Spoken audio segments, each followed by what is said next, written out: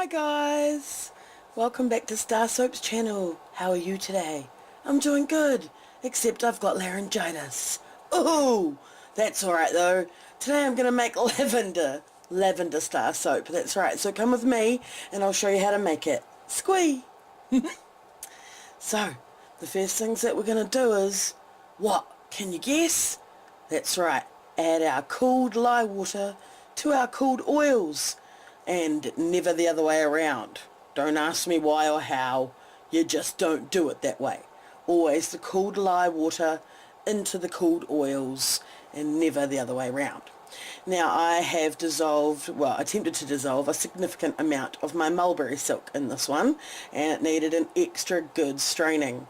I've also added coconut milk into the oils because I'm doing a vegan version of my lavender soap this time. So if you've watched me make my lavender soap in the past, and I'll leave a playlist link below to all my Lavender Starr Soap videos, you might have noticed that I sometimes add goat's milk. I love goat's milk soap. It is so creamy and delicious, but it is not vegan friendly. And as I like to offer soap to both vegan and non-vegan people, I've been trying to mix it up, and sometimes I'll make it with and sometimes without. But I always put in a coconut milk or an almond milk or something that's vegan friendly to still up the creamy factor. And I always label everything on my label so you can tell exactly what's in there, if it's going to be a vegan friendly bar or not. So I've got two colours I mixed. The first, that doesn't look like any colour right here, is like a blue iridescent sparkly mica, and it was called like Starlight, and I really loved it. But I was hoping it would be bluer than that. So I'm going to go get some of my blue mica in just a second, and I'm going to punch up the blue. The idea being that I've got a little bit of purple and a little bit of blue accent colour to stand out against the base of white. I really love this Lavender Starr soap. It's one of my most popular ones, along with rose, pumpkin chai and thermal mud. I have to continue to make these soaps all the time to keep them in stock, and that is a wonderful feeling that I have those repeat customers.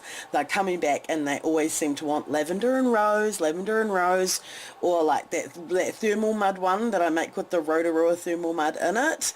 That is super popular as well.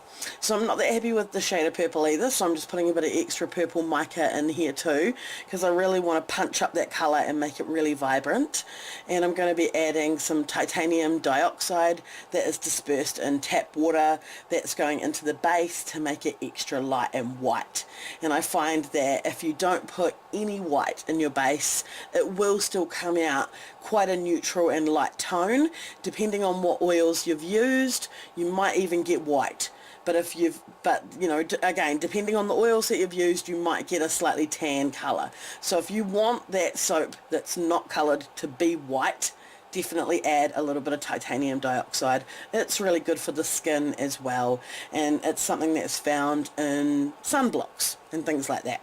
So it's a really skin safe and fantastic little additive there to make that plain soap pop and be really nice and white. So I'm going to go ahead now and pour my soaps in the mould, and I'm working in quite a cold temperature, and it seems to have caused things to just behave slightly differently than what I'm used to. So usually with the lavender soap, and again I'll direct you to older videos and you can see what I'm talking about, usually it's sort of very, very thin, and it stays very, very thin. So I'm not really sure if I just mixed it a bit more this time with that stick blender, but whatever happened, I got a thicker trace, and so it sort of made me panic, and I had to hurry up and pour the colours. And you can actually see when I pour them that they don't sink that well. They sort of sit on top. That is another sign of how thick that soap got. So that's really interesting. I use a fragrance that's called White Lavender Cotton, something like that.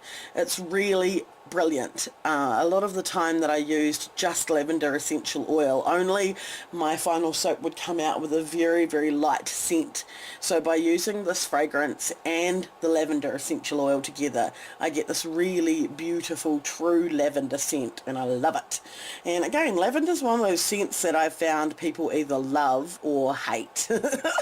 It's one of the most interesting things to me about doing this whole soap making gig, is how different our noses are, and how some people will love something and they are coming back to buy it every time, and other people, as soon as you mention lavender, will turn their noses up and they're like, oh, I hate lavender. So I think that's kind of cool. We're all different, you know. That's what makes the world so interesting. So I'm going through now and I'm using my hanger and I'm giving it a hanger swirl. This has become my MO. I do this with like every single soap now. And it's really funny to think back when I used to do tiger stripes and I used to do different sort of things, and now it's just about every single soap I hanger swirl. I love the hanger swirl.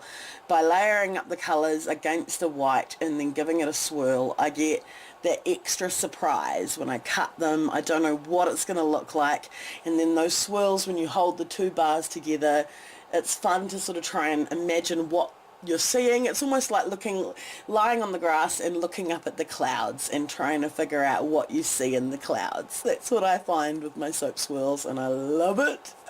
So yeah, I'm pretty hooked on the hanger swirl.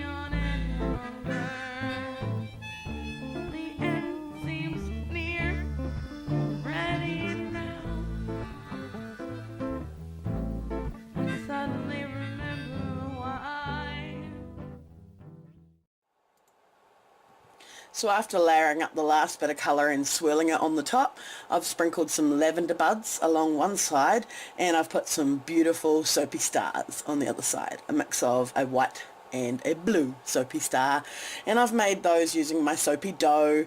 I'll leave a link below to the video where you can learn how to make that soapy dough for yourself.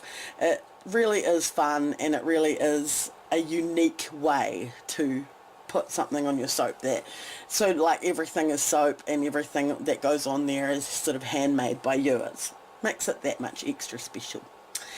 So now it's time to go ahead and cut these soaps, and my cutter has been broken and some of the strings are being broken, so I'm just sort of working with that, and I'm just going to cut the whole lot as much as I can, and then I'll pull out the chunks and put them back in and cut them again and doodly-doo. So I'm really excited to see if these colours have turned out how I hoped they would, especially that blue.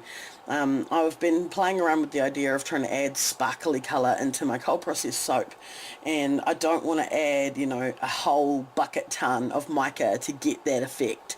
So I'm thinking the way to go is probably Enviro glitters, and I will look into where I can get my hands on those here in New Zealand, because as you can see here, I don't have a huge amount of sparkle in that blue. It is a really lovely soft Tiffany blue, and I'm really happy with that. I didn't want a really bright bold blue. I wanted it to be very soft, and I wanted that purple to really be, you know, the outstanding colour. Look at that. That looks like a fairy or a butterfly fairy or something. I don't know. It's so cute. I love it.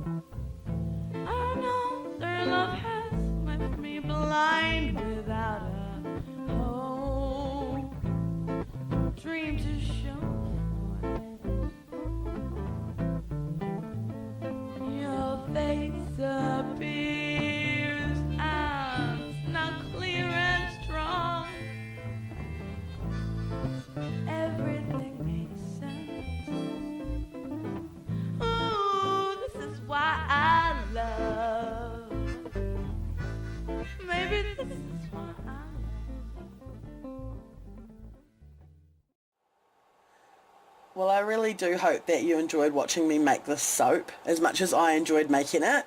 And I will always be remaking this one because it's so gosh darn popular. Got some pictures of the wet soap in the mould and then the cut bars. And I had to come through and cut them late at night, so the lighting is not immaculate on these pictures, sorry, but you can sort of get the gist. These soaps are beautiful and I've already sold about half of them, so that's great. This week I'd like to highlight Christina Jackson and her beautiful little soap jelly hearts that she made and shared in our group over on Facebook. It's called StarrSoapy Family. So if you want to come and join and share your pictures, we'd love to see them, and then I can highlight you in a video as well. And, you know, feel the soapy love. If you're not already and you want to be, hit subscribe. Love you guys. Bye now.